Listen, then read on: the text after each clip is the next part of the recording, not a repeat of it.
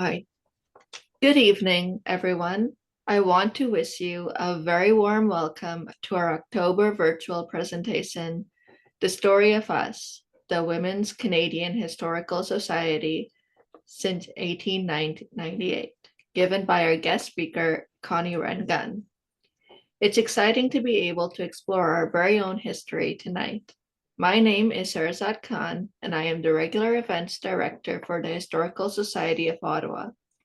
I and Karen Lynn will be your hosts tonight. Before we begin, let's take a moment to acknowledge whose land it is that we meet on tonight. Can you change the slide, Connie? Can you see Thank you. breaking? Okay. Yeah.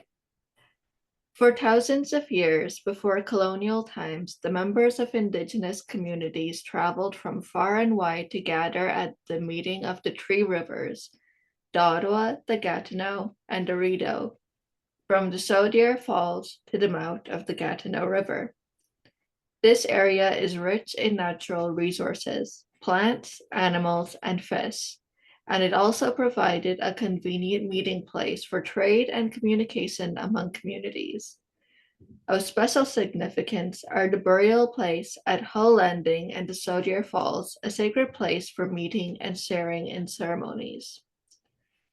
The burial grounds in the Ottawa-Gatineau corridor, including Hull Landing, were important rituals of respect and bonding with the landscape. Victoria Island, located under the Portage Bridge, continues to provide this sacred space to local and visiting Indigenous people. The National Capital Region, which includes the City of Ottawa, remains unceded Algonquin and Anishinaabe territory.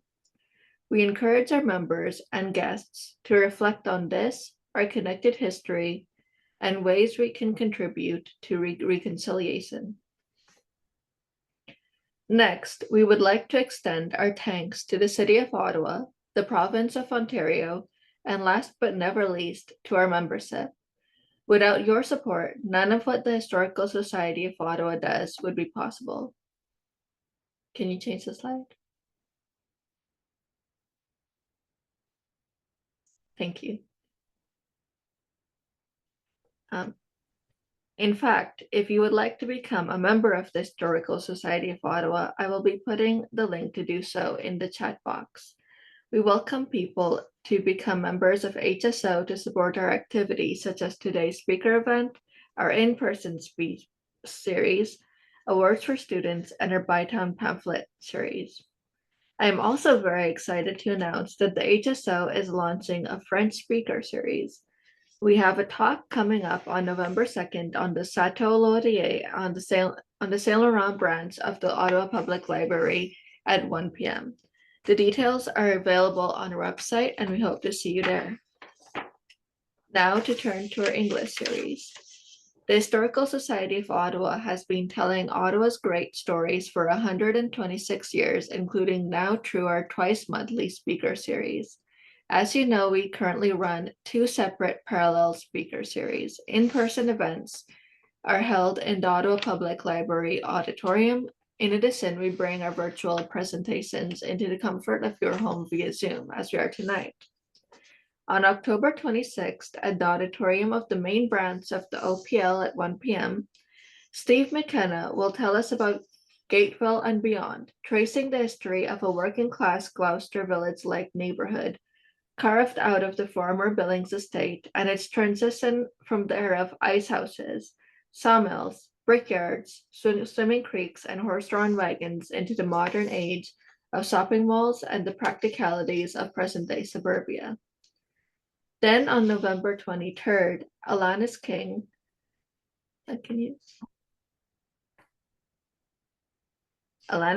originally from the Manitoulin Island, Wemekong, pardon my pronunciation, please, will share the stories of the Anishinaabe Algonquin people through her personal lens as an Indigenous person. Blending stories of pre-contact and post-contact, exploring the role of the Ottawa River and its islands, Traditional gathering areas, trade, archaeological digs, legends, and landmarks right here in our city. Alanis offers a unique worldview on Ottawa history. And that brings us to tonight's presentation.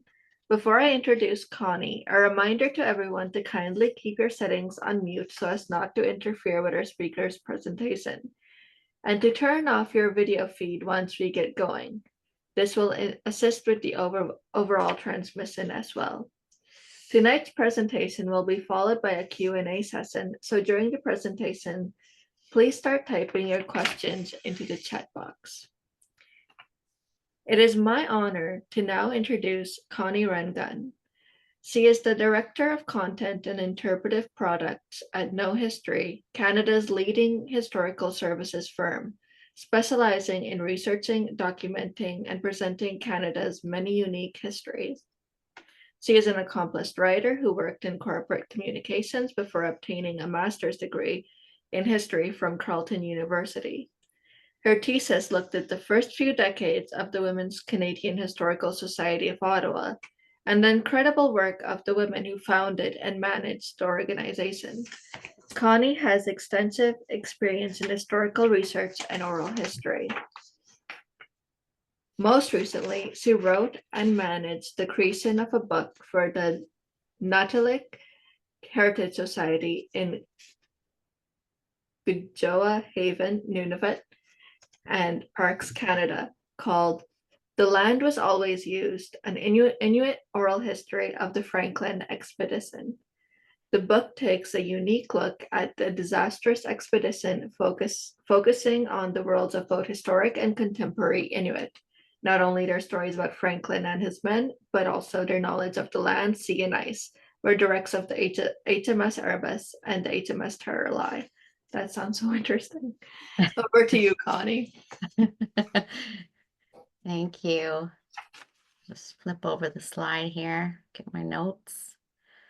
Thank you. That was a really lovely introduction, as always. Welcome, everybody.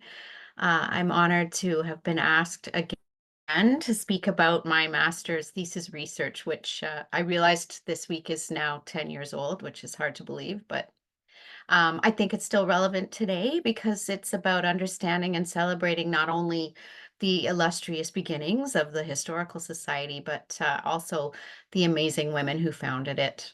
And so if you were at the HSO's 125th anniversary celebrations last summer, you'll have heard my talk before. I'm fortunate to have a full-time job doing historical research, so I've never really had time to revisit and expand on some of the threads that I started to unravel while I was doing my master's thesis, but it's always fun to revisit what I do know, and I hope if you have heard some of my talk before that you will enjoy hearing it again. I like to start with the dancing Fred Astaire and Ginger Rogers and the famous quote about these two. That Fred Astaire was great, but don't forget that Ginger Rogers did everything he did backwards and in high heels. And that's how I feel about the women who founded the Historical Society in 1898, and then the women who ran it for the next few decades. These were really remarkable women. They were involved with numerous organizations and charities and causes in Ottawa. Many of them raised large families, they ran large households, and they volunteered their time with many organizations. Some of the women who joined the society in the very first years, they remained with the society for well over 30 years. And yes, they were the wives and the daughters of influential men. So obviously women like that had time and the means to devote to voluntary work. And most of them, you can recognize some of their names. I'm sure they were from prominent local families. So they were high on that social ladder here in Ottawa. Even later on, a lot of the women who joined the society in, the late 20s, 30s, and later, they may have been new to Ottawa because they moved here with husbands who were working in the civil service, or some of them worked in the civil service themselves. But they were still part of that really influential group of people. But their privilege doesn't take away from the fact that they worked really hard. And that's what I want to focus on tonight. It's what I like to talk about with these women. It's the immense amount of work they did to establish the Historical Society. because sometimes we forget that according to the laws of the day, women were second-class citizens at this point in time, and they had to really prove themselves. So, in the years just before this society was founded, women's voluntary organizations that supported the betterment of women and children in Canadian society kind of sprang up all across the country. The National Council of Women, the Imperial Order Daughters of the Empire, there was the YWCA, and then, of course, cultural Good groups for like her. historical societies. Everything good? I hear somebody talking. Oh, Um, gosh, crazy. the women who put their heart and soul into volunteering It for these was, but it kinds was a good of, day. Warren got the, I I'm think so someone's sorry. got their audio on, sorry. Sorry, give me 1 second. I'm going to figure out who it is and I'll mute them.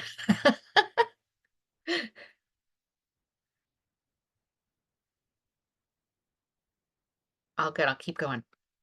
The women who put their heart and soul into volunteering for these kinds of organizations, they were the women who helped move other women into the public sphere. And they gave women a voice that they'd never had before. And so I find in that way that the women of this society were trailblazers. And I always like to tell people that there were 20 historical societies that were founded in Ontario between 1869 and 1900. And the WCHSO was the only one that was established and managed entirely by women. And also in 1909, they became the very first Canadian Historical Society to send a representative to the annual meeting of the American Historical Association. That was Jenny Simpson, who you see in one of the bottom photos there. And she went to New York City for that meeting.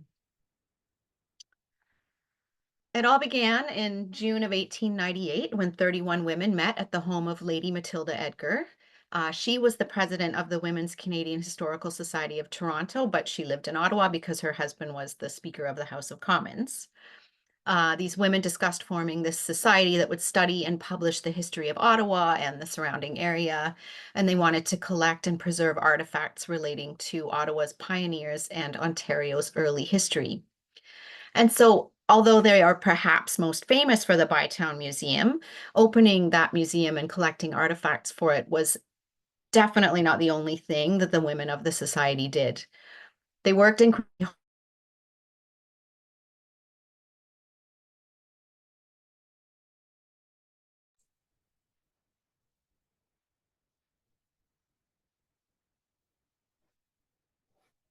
Connie, we can't hear you. Oh.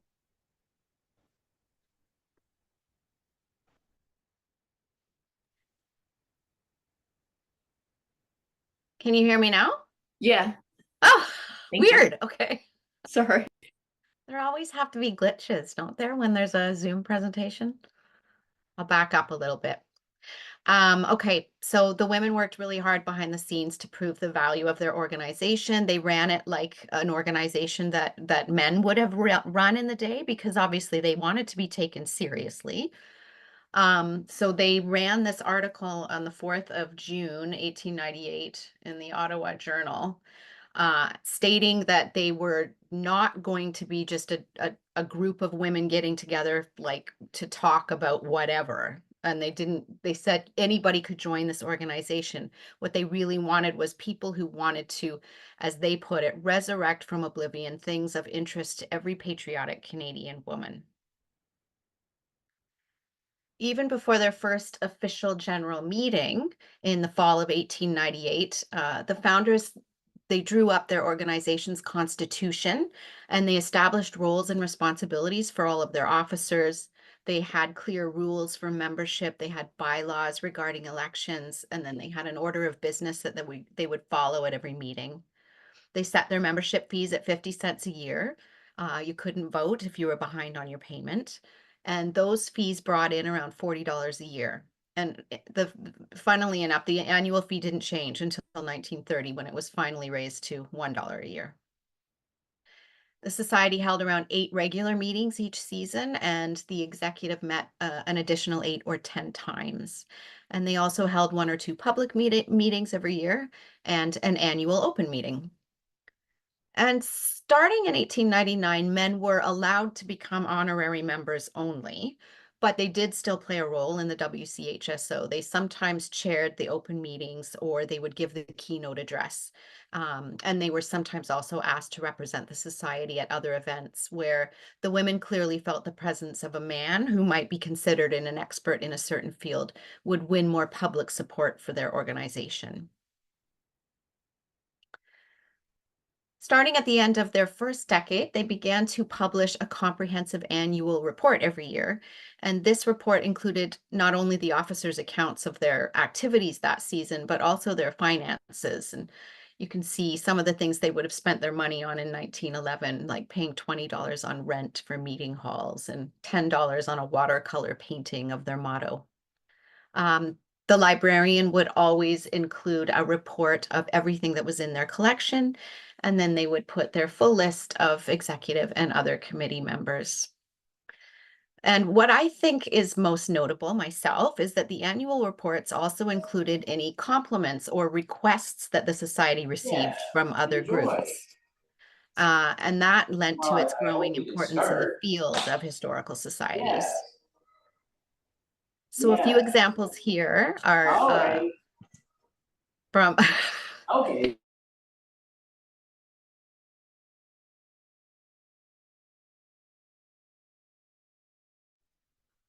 Okay, can you hear me? We can hear you. Okay. Trying again.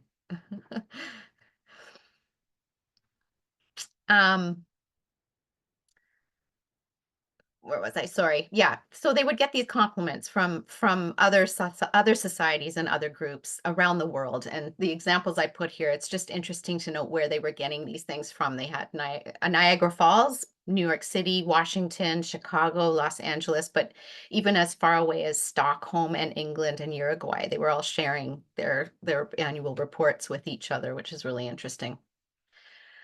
And even before their first annual report was published, however, they had really meticulous meeting minutes that you can still go into their archives and look at today, handwritten meeting minutes. And they were really frank in those minutes about how much they wrestled with their very limited budgets. They received $200 a year from the province, but they had to use that to publish reports in historical papers. And that provincial grant was raised to $300 in 1921 and $400 in 1923. But after 1923, the provincial grants to all local historical societies were discontinued. But long before that happened, throughout the first 20 years of the Women's Historical Society, they spent a lot of time fundraising, and their meeting minutes are full of descriptions of the teas and the concerts and the socials that the women held in their homes to raise money for the organization. And they also organized and hosted 2 large loan exhibitions in the first decade. And the first one, you've probably seen the picture. This was 1899 in a space on Sparks Street downtown, and it was held from May 31 to June 3rd. They managed to get more than 200 donations from community members of objects and pictures and documents. And they had everything from the yardstick from the first dry goods store in the Ottawa area to furniture that once belonged to Colonel By. And as you can see here, they advertised in the Ottawa Journal that they would serve a luncheon at very moderate prices and an afternoon tea each day that the exhibition was open. And the exhibition raised $150 for the work of the society. They held another similar exhibition in 1906. And they don't have any pictures, unfortunately, of the space when they held that exhibition, but they do have their catalog. And most of the items that you can see here in these lists, they're really similar to the items that were put on display back in 1899. So I think they must have had a lot of people donating the same things again in 1906. Another interesting thing the women of the society did in their first couple of years of operation was that they compiled scrapbooks. And I understand that the University of Ottawa's 4th year Canadian Digital History class is diving into those scrapbooks right now. So I'm really interested to see what they get out of that. The scrapbooks they're primarily made up of newspaper clippings about Ottawa and Canada.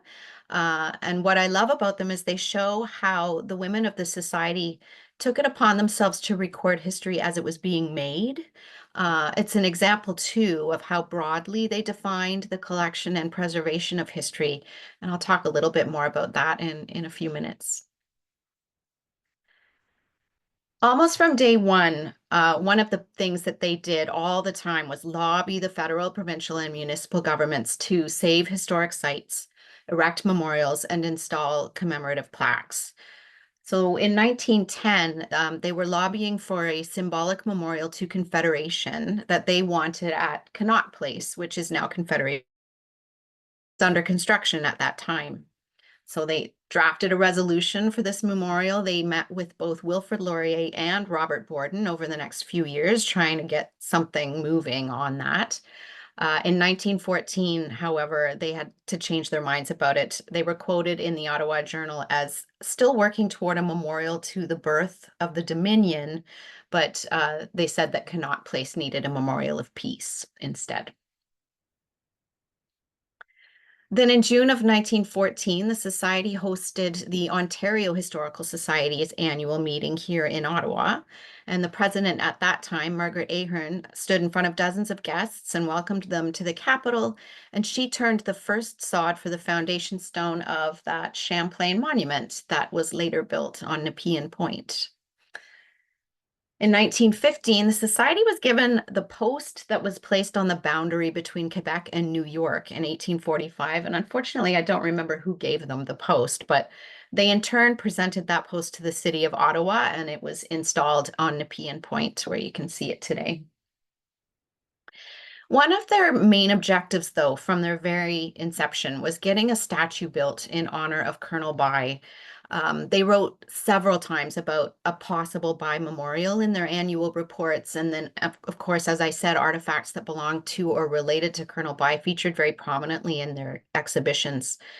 So in 1915, they approached the Historic Landmarks Association about using old canal stones to mark the site where Colonel By's house once stood in Majors Hill Park. So those stones were unveiled in May of 1915. And then, of course, there was the Bytown Museum. And it took the women of the society nearly 20 years to find a permanent space for their collection and activities. They tried more than once to get a room or some space at both the library and the YWCA, but they just could not come to any agreements that worked for them. But then in 1916, they found the old city registry office on Nicholas Street. It's very significant that they managed to open this museum in the middle of the First World War. It was in a sense, it was part of their contribution to the war effort. Although it's worth noting that, like a lot of women's groups, they also sent letters and gifts and things to soldiers overseas. But at home, though, here in Ottawa, they persuaded the city of Ottawa that the citizens needed this cultural institution and that it would remind them of their history of triumph over adversity and also Canada's deep connections with Great Britain. The museum also reminds us again of their privilege and influence. They got letters of support for this project from Robert Borden, Wilfrid Laurier, and William Lyon Mackenzie King. They also used their influence to clean the place up. The Minister of Public Works found contractors to make repairs. The governor of the neighboring jail supplied them with inmates free of charge to paint and decorate. Thomas Ahern donated a fireplace, a gas stove, and a water heater, and lumber magnate J.R. Booth replaced the floor in the building. But despite all of that help and influence, they still had to spend $300 on repairs and upgrades to the building, and they raised that money themselves through member fees, through sales of their publication. They had money showers that members would host, that kind of thing. And they had a voluntary collection at the museum's opening in October of 1917. The women of the society were rightfully really proud of this accomplishment. And when you read the corresponding secretary's comments in their annual report the next year, you can practically feel the collective relief coming through the page. She says, after 18 years of wandering from place to place, we have at last arrived at the dignity of a home. We are today in a position so much more favorable to the carrying on of our work than we have been in the past. In the early part of the 20th century, the field of historical study was changing in Canada. universities were implementing mandatory methodology courses for graduate students. And of course, it was stipulated that research should be entirely original, using written historic records held by archival repositories. And so academics began to introduce these kinds of restrictions and boundaries on who could and who could not call themselves a historian. And the women of the WCHSO were, of course, not academics. They were intelligent, passionate, amateur historians, and they simply wanted to write about and preserve the past. And they published their research and writing in their own publication called Transactions. And this is one of the things I find quite remarkable about the women of the WCHSO. They managed to publish 10 volumes of essays between 1901 and 1928. And in total, Transactions holds more than 130 papers about local and national history, most of which were written by members. They cover a variety of subjects, and in some cases, they used original research in the form of archival documents like newspapers and government records, but mostly they referenced published books about history. But what's more interesting is they enjoyed speaking with Ottawa's early settlers and their descendants, and then preserving their memories and stories in writing. They used things like photographs, paintings, familiar household objects, landscapes, and landmarks as sources. So in some ways, they were ahead of their time because they used memory and other unconventional tools as their archive, and it really transcends the static written word that you'd find on the shelves of archival institutions. The vast majority of the papers published in Transactions pertain to the history of Bytown or the Ottawa Valley, the Rideau Canal. And like the Society's exhibitions, unsurprisingly, the papers contribute to these myths that supported a certain vision of what Ottawa and Canada were. The stories that the Society told through objects and words reflected this early 20th century fascination with pioneer life and the hardships that were faced by the first settlers and the United Empire Loyalists. And the Ottawa Valley wasn't a loyalist destination, but some of the Society's members were descended from loyalists. Eva Reid was one of them. I showed her picture earlier. But also this fascination with loyalists and settlers in general was kind of very common among historical societies through the 1920s. And this was partly in response to rapid urban development happening around people at the time, and also an influx really of immigrants from Eastern Europe. And they were a little bit threatening to primarily British settlers who couldn't understand the quote unquote strange customs and values that these immigrants brought with them. So they wanted to look back at their own ancestors and the people who had come to Canada before. Because according to the women of the Society and other historical societies, early settlers and loyalists weren't just anybody. They were seen as the cream of the crop.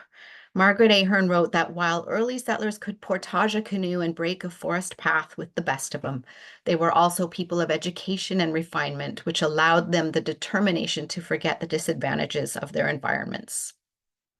Edith Kerr wrote that the men of the first Parliament of Upper Canada were cultured exiles from their former luxurious homes, having proudly chosen the vast solitude where they were free to serve their king under the dear old flag. Gertrude Kenny's essay made the somewhat ludicrous claim that nearly every settler could boast of a bear fight.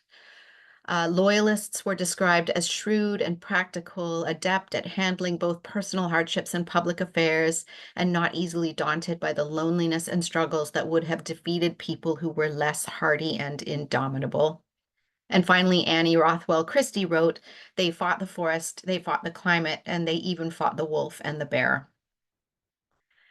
Mrs. J. Lauren McDougall went so far as to say that the more recent prairie immigrants were nothing like the first settlers because they had a much easier time moving to Canada. All they had to do was put their belongings and supplies on a train, and their homes were ready by the afternoon and 3/4 of an acre of their land broken by the evening.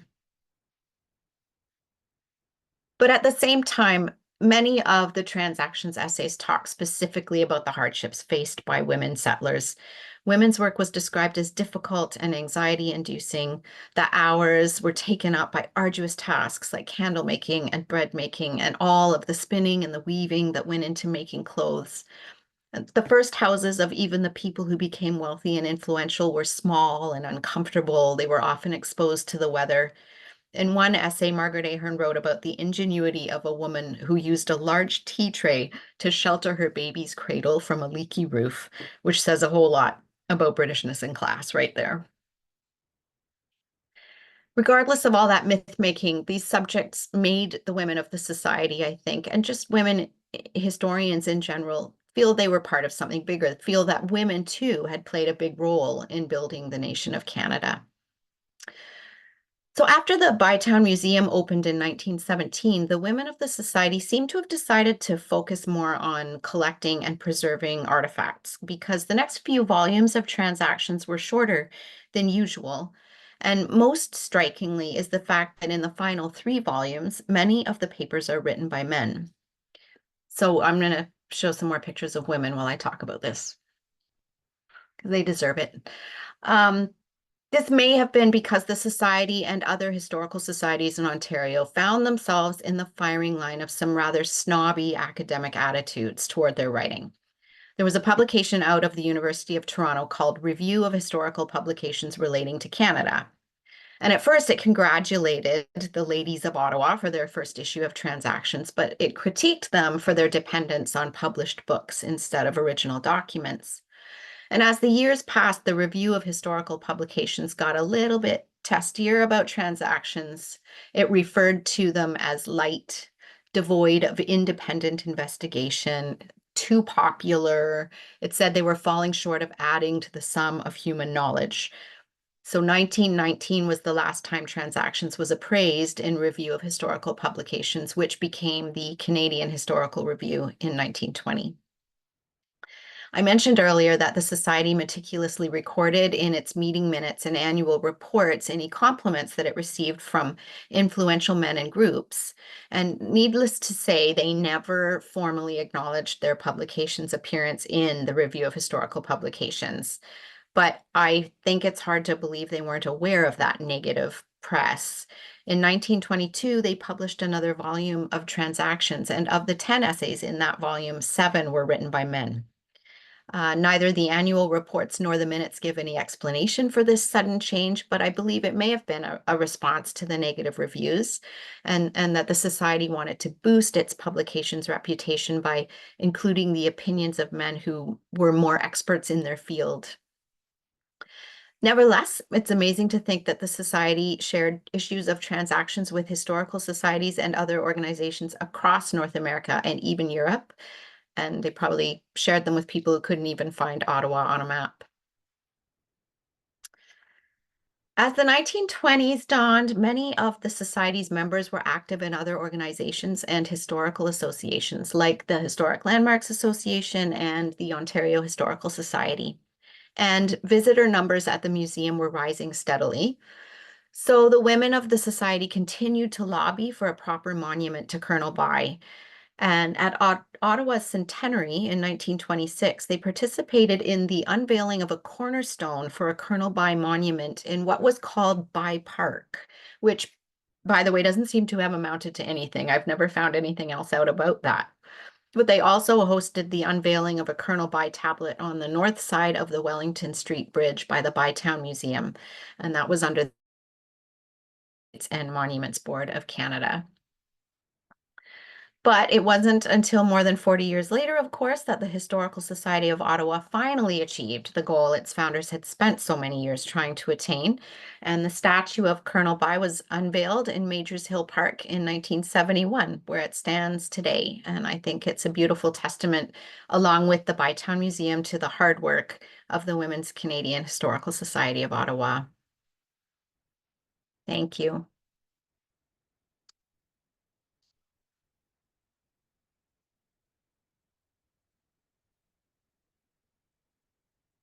Do I have questions?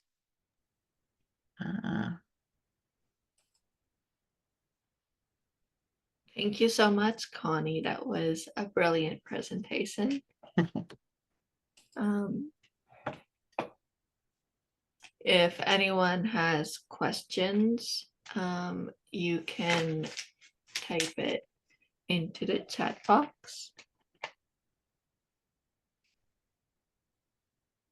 I see one. I see James Powell has sent a question here. Yes. The first patron of the society was Lady Aberdeen, but you not found evidence for this. However, I've seen that Lady Minto became our patron after the Mintos. Definitely Lady Minto was a patron, the patron. I do remember this. And I think Lady Aberdeen was the first patron. But you're making me go down the way, way, way back machine to try to remember that. I'm gonna look into that, James, because I think that Lady Aberdeen was their first patron, but I don't know what she did for them. I do remember Lady Minto coming to an event or something. Yeah, So maybe I'll look into that and I can let you know. thanks very much. Yeah, like, of course, the Aberdeens left in November of 1898. So it seems right at the time when they are having their first meeting. I'd be Yeah. hard to see that she wasn't involved, given that she was so prominent with that group of people. So it's quite likely, but I just haven't seen any actual evidence to that effect. Yeah. I mean, I guess because their first meeting would have been, well, when they started planning was June of 1898. So she was still around. So maybe they Right. just thought she'd be there and then had to change. Yeah. Yeah. And Marcia. Oh, I see you're going to contact Karen Lynn about that. And yeah, dig into the Women's Canadian Historical Society's records after 1930. I had to limit myself somewhat, otherwise my thesis would have been 4,000 pages long. So I only went to 1930, but thank you.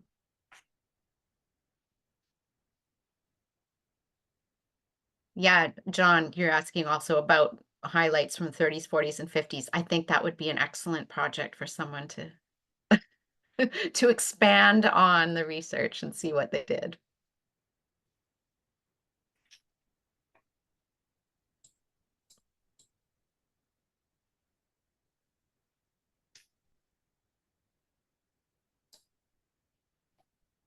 Oh yeah, I think it was 1956. Is that right? That they became oh, I love these questions. Yeah, that they became the Historical Society of Ottawa, or it might have been 1952. Do you remember, Karen Lynn? Or Sherazad? No, I don't remember when exactly. What were the ages of the women who first started the HSO? Surprisingly, they were it was quite a range of ages, to be honest. There were some younger women, and there were a couple of women who were teachers. There were working women, younger working women, and then there were a lot of older women with grown-up children as well. Um, some of the working women I found didn't stay with the organization for very long, probably because they were working, and the women held their monthly meetings during the day. So I would imagine those working women wouldn't have been able to join in. But yeah, it was quite a wide range of ages. And I don't have information on the views from their husbands of their activities. That's a really interesting question. It would be kind of interesting to go into. Of course, none of the women I was looking at have any kind of records, public records. They didn't keep archives. They don't a woman keeping their records and donating them to an archive was probably pretty rare, right? Whereas their husbands, a lot of their husbands would probably have, or some of their husbands would probably have some archival collections somewhere that have been saved. So it would be interesting to look into some of those collections and see if any of the men talked about the work of their women folk and what they were up to.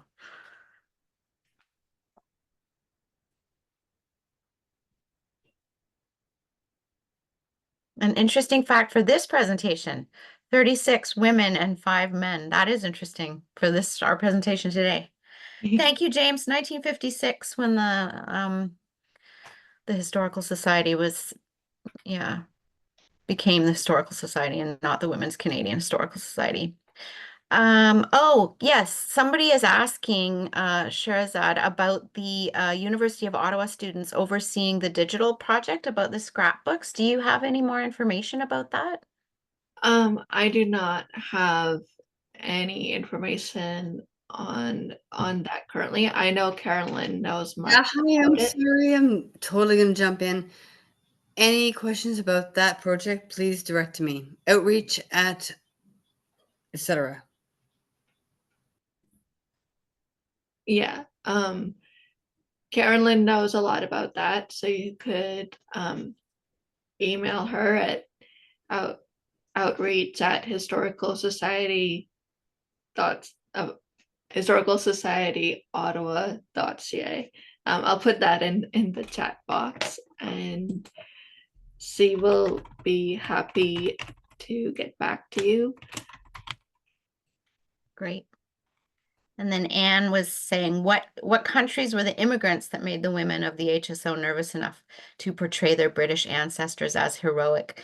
I mean, it wasn't just the women of the HSO. Of course, it was sort of a common nervousness across probably Ontario more than anything. But during at the beginning of the 20th century, it was a big influx of settlers to the prairies, and they were really trying to get people from Eastern Europe to come, and so lots of Ukrainians and people from Poland and those kinds of places that were, I mean, they were still similar enough to earlier settlers in that everybody was pretty much white, but they definitely had different traditions, or there was often divides in religion and that kind of thing as well.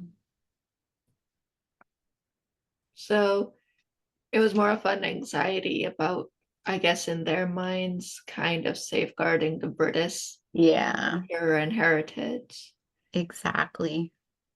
that they had.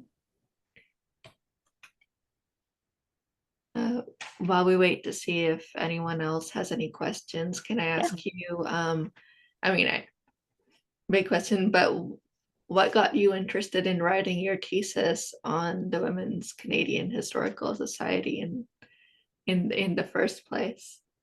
It's interesting. When I first started doing my master's, I thought I was going to look at women's material culture, and I've always been really interested in early settlers, and what I was really interested in was what kinds of things were women bringing with them when they immigrated to Canada? What was so important that you couldn't leave home without it?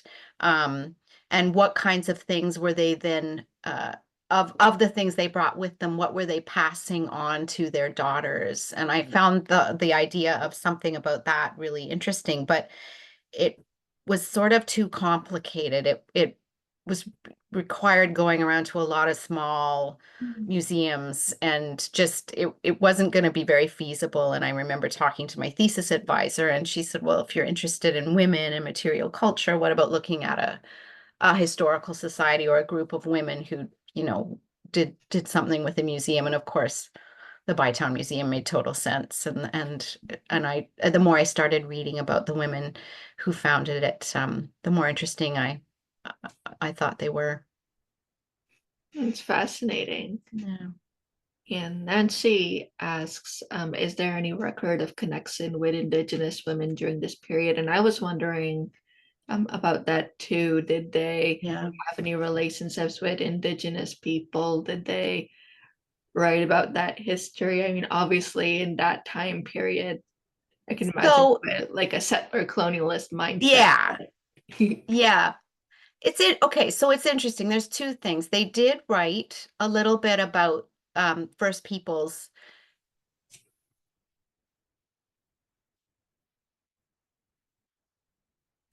They were just people from the past. So they didn't really have any, they certainly didn't involve or try to make connections with Indigenous people, but that was not uncommon, obviously. But there was a woman, her name is Abby Maria Harmon, and she was at the first few meetings, I think, of the Historical Society. And she was the daughter of a very well-known fur trader and an Indigenous woman. So essentially I don't know if you could call her Métis, but she was a mixed blood woman, and she ran a girls' school here in Ottawa. And she I think was quite open about the fact that she had an Indigenous mother, but she was part of the Historical Society for a short time. She had a very sad life. Unfortunately, she ended up committing suicide when she was, I can't even remember, it was a few years later, but I don't think she stayed with the Historical Society for very long. And yet, no, Native people were not involved in the Historical Society at all. Not that I saw it during this period. It was very much a white settler society.